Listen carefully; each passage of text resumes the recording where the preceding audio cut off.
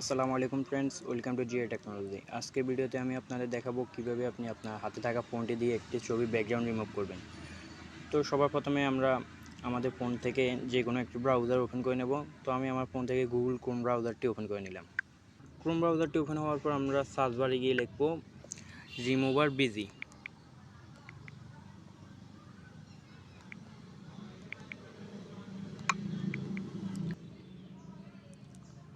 Remover busy লিখে search দেওয়ার পর প্রথমে যে ইন্টারফেসটি ওপেন হয়েছে আমরা ওই ওয়েবসাইটে ক্লিক করব।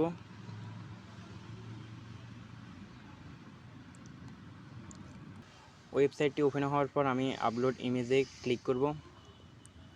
ক্লিক করার পর এখানে অ্যালাউ দেখাবে, তো আপনি অ্যালাউতে ক্লিক করে দেবেন। অ্যালাউ হওয়ার পর আপনি আপনার ফোন থেকে যে ছবিটি ব্যাকগ্রাউন্ড রিমুভ করতে চাচ্ছেন ওই ছবিটি আপনি এখানে আপলোড দিবেন। তো আমি ছবিটি আপলোড করে দিলাম, কিছুক্ষণের মধ্যে আপনার ছবিটি ব্যাকগ্রাউন্ড রিমুভ হয়ে যাবে। তো দেখতেই পাচ্ছেন আমার ছবিটি ব্যাকগ্রাউন্ড রিমুভ হয়ে গেল। তো আমি এখান থেকে ছবিটিকে ডাউনলোড করব। তো আপনারা দুইভাবে ছবিটিকে ডাউনলোড করতে পারেন।